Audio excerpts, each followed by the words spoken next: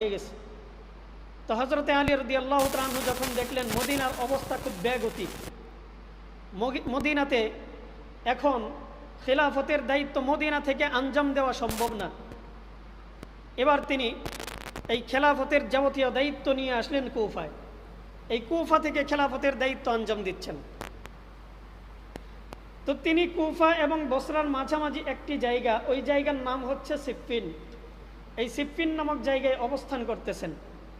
এমত অবস্থায় ওই সাবাই জনগোষ্ঠীর একটা প্রতিনিধি হযরতে আলী রাদিয়াল্লাহু তাআলা আনহুর কাছে এসে বলতেছে যে মুআবিয়া তো আপনার বিরুদ্ধে ষড়যন্ত্র করতেছে, মুআবিয়া আপনার বিরুদ্ধে যুদ্ধ করবে। আলী রাদিয়াল্লাহু তাআলা আনহু তখন মুআবিয়া রাদিয়াল্লাহু তাআলা আনহুকে শামের গভর্নর পদ থেকে ছাঁটাই করে দিলেন। তো শামের গভর্নর থেকে যখন মুআবিয়াকে সরিয়ে দিলেন, তখন মুআবিয়া রাদিয়াল্লাহু তাআলা আনহু হযরতে আলী রাদিয়াল্লাহু তাআলা আনহুর বিরুদ্ধে যুদ্ধ করার জন্য আসলেন। এখানে আবার মুসলমানদের মধ্যে দ্বিতীয়বার দাঙ্গা বাজাইছে এই সাবাই জনগোষ্ঠী। হযরতে আলী এবং মুআবিয়ার মধ্যে সিফফিন নামক জায়গায় এই যুদ্ধ সংগঠিত হয়।